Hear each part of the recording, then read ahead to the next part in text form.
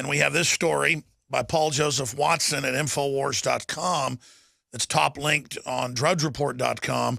U.S. State Department orders 160,000 Ebola hazmat suits. Bulk purchases prompts concerns about spread of deadly epidemic.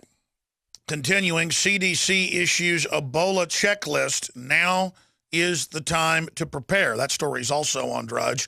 The Centers for Disease Control and Prevention warned hospitals and doctors that now is the time to prepare.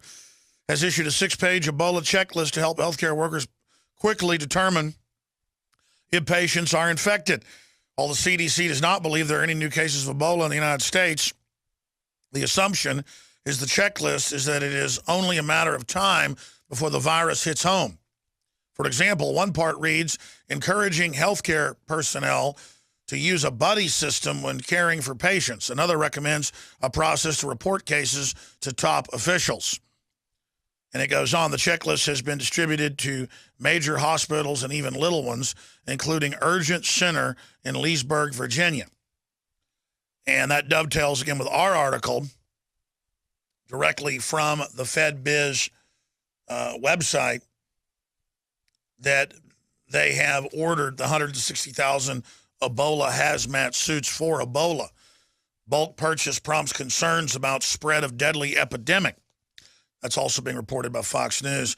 The U.S. State Department has ordered 160,000 hazmat suits for Ebola, prompting concerns that the federal government is anticipating the rapid spread of a virus that has already claimed an unprecedented number of lives. In a press release posted to MarketWatch, Lakeland Industries, a manufacturer of industry protective clothing for first responders, announced that it had signaled its intention to join the fight against the spread of Ebola by encouraging other suppliers to meet the huge demand created by the U.S. State Department ordering 160,000 hazmats. And they've put out other similar purchase orders, again, on the FedBiz Ops website.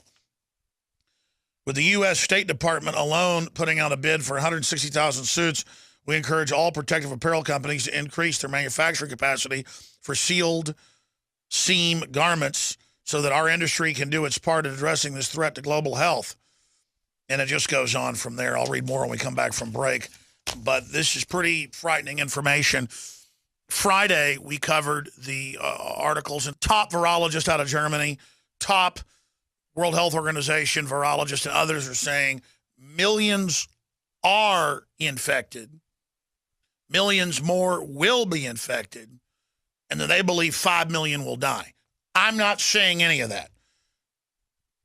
A month ago, or more than a month ago, back on August 4th, we talked about public documents that governments have believed for 2 years that airborne is becoming somewhat airborne. Not extremely airborne, but can survive in the air long enough to be transmitted. And we know it's gestating longer, so that's why there's undoubtedly also carriers that are immune or resistant, but that the viral titer stays high in, according to the medical literature I've read. Last week, top German virologist came out in Bild, one of the biggest German publications, and said, quote, it's too late, Ebola will kill 5 million, close quote, according to current computer models. And you have all these different African countries like Liberia and others, Sierra Leone, saying it may collapse them completely, and it's much higher than 20,000. The numbers are 100,000 with Ebola by December, because it's exponentially growing right now. Ebola outpaces global response.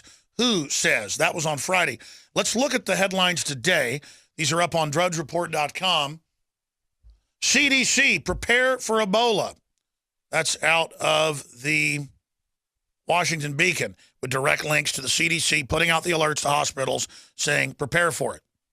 Then we have this report from Infowars.com, directly linking to the State Department purchase order.